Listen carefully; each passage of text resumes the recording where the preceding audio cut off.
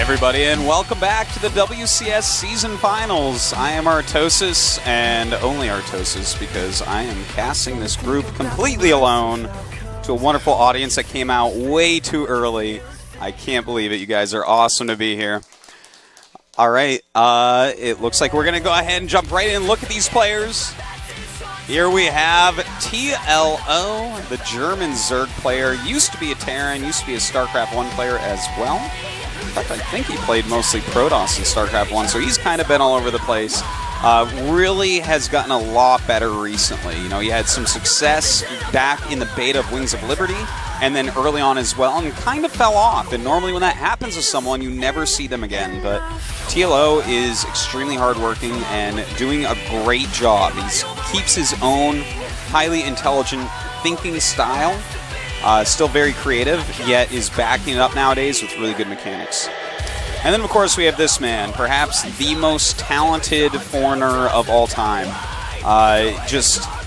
He's ridiculous. He kind of came out of nowhere. He was a pretty good Warcraft 3 player. Then in StarCraft 2, he was like okay during the beta.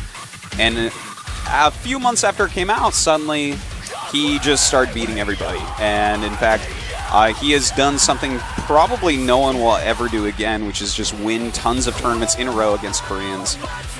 You know, unfortunately, has announced his retirement on August 15th.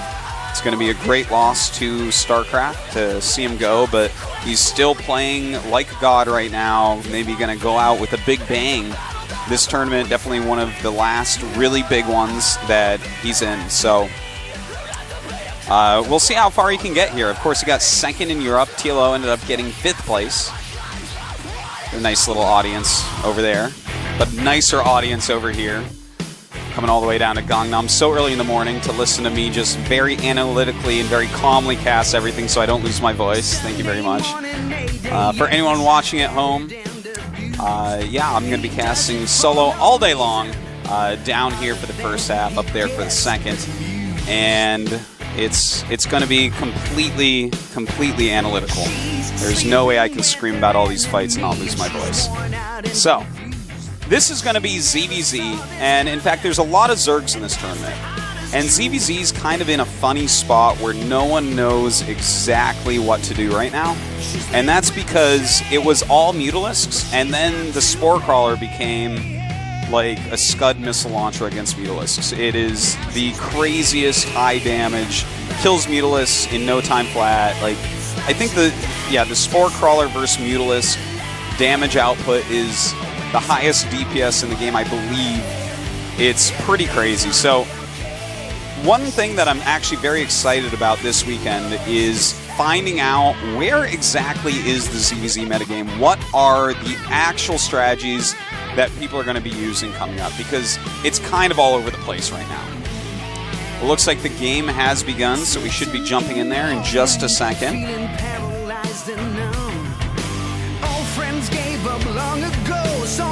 And, yeah, we'll go ahead and jump in that game in just a second here. TLO against Stefano. Team Liquid against EG.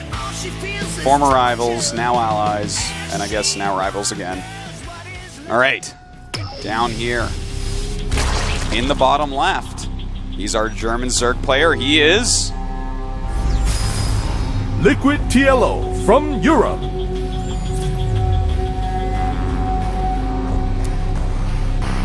And up here in the top right, our French Zerg player, he is EG Stefano Raycall from Europe.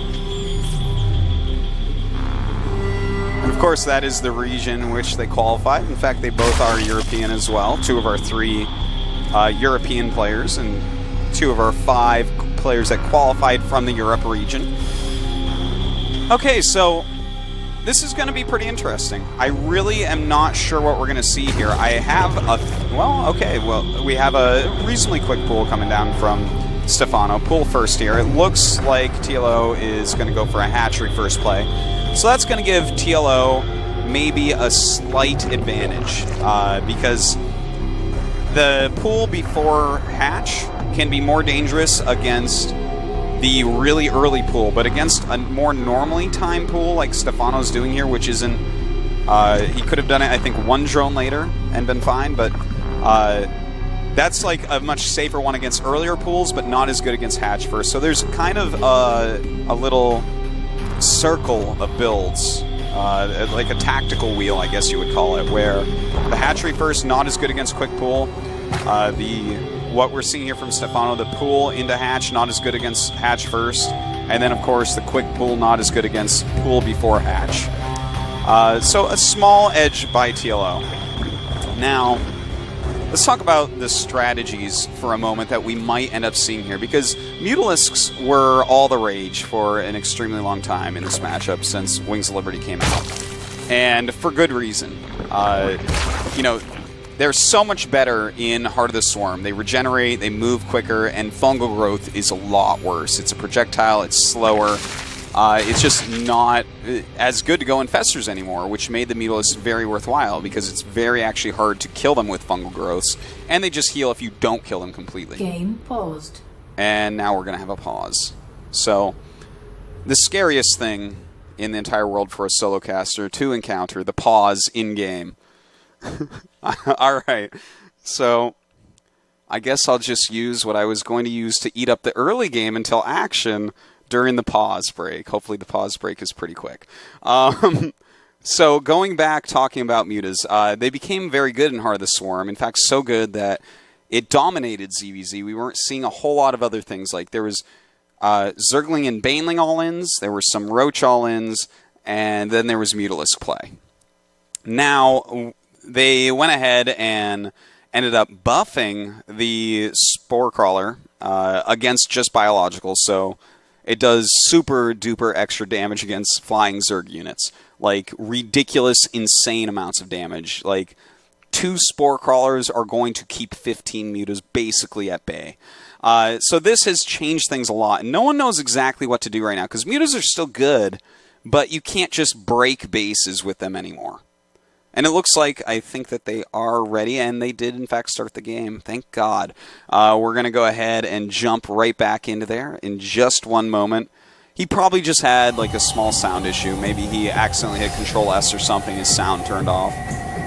You got to have everything just right, but it looks like everything's all set, and we'll get into that. So, you know, I was talking about ZVZ actually with TLO the day before yesterday. He got in and I went out and had some dinner with him.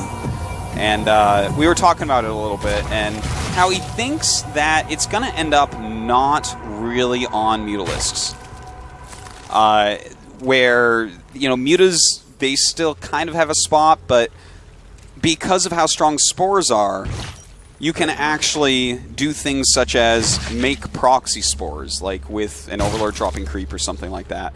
And if you have spores near them, and roaches sitting near those spores, then it's going to be incredibly hard for your opponent to actually move out with his Mutalisks, because when the roaches are out on the map, the Mutalisks have to attack the roaches to prevent the roaches from coming in and messing with all your drones. So if they're sitting nearby at a fortified position, like really close to your base, the Mutalisks actually have to sit at home. They can't go counterattack, because then roaches walk in, and roaches walking a short distance to attack you, as opposed to your mutas flying across the map, well, obviously the roaches are going to win that base trade scenario. So, that could end up happening. I'm not completely sure if that's something TLO is going to want to end up doing here. But it looks like TLO is thinking about taking a pretty quick third base. We do have him getting that Baneling nest up. Speed and Banelings going for Stefano right now as well. And this is the early part of the game where you see a lot of Speedling Bane aggression. Oh my god, TLO actually just running right up that ramp. And notice how he's letting Stefano's Zerglings block his own Banelings from getting up, and having his other Zerglings coming in and actually getting rid of some of the Banes. I liked the idea behind it. It looks like it didn't really work out like he wanted, though, because he definitely lost more units there. He got rid of a couple Banelings, which is nice. And in theory, it was kind of cool, but Stefano had already made enough Lings that that wasn't going to end up working out all that well. So, Stefano is the one going into layer first. Very important to note, whereas it looks like TLO is kind of putting his stake in the sand and saying that he is going to expand. This is going to be rough, though. They both are making Banelings, But does TLO actually have enough Zerglings after losing all the ones he just lost? Now that was a nice Baneling by TLO. The second one not quite as good. More and more Zerglings funneling down here. But it all comes down to these Banelings and how they connect.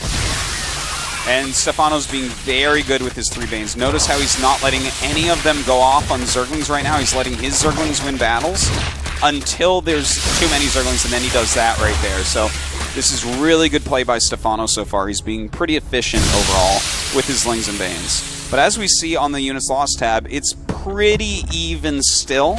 Stefano with just a very slight lead. So it looks like TLO will stabilize here. And in fact, he's making a lot of Lings, a second Evolution Chamber, and he's getting the +1 Carapace. So that tells us he's going to stay with making a lot of Zerglings. A +1 Carapace makes a big difference both against Banes and Zerglings themselves. Now a good save here by Stefano, getting rid of a lot of those Morphing Banes, but this is a lot of incoming Zerglings, and Stefano is going to need Banelings to deal with this, and it looks like he's just hatching Zerglings right now. So TLO is actually getting a pretty big lead here, especially with that one Baneling walking up. He gets even more Zergling kills. He's actually going to get this hatchery.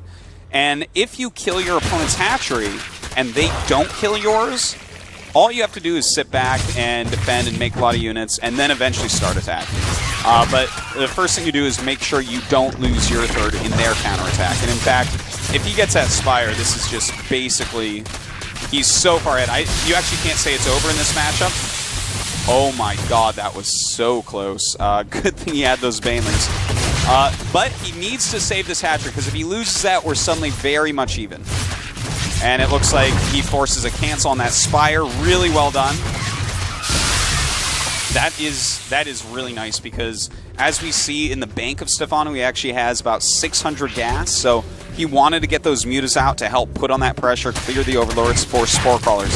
None of that has to be done for a long time for TLO now. He has plenty of time to sit back, continue to make Lings, continue to drone, and not waste anything on static D against those Mutas.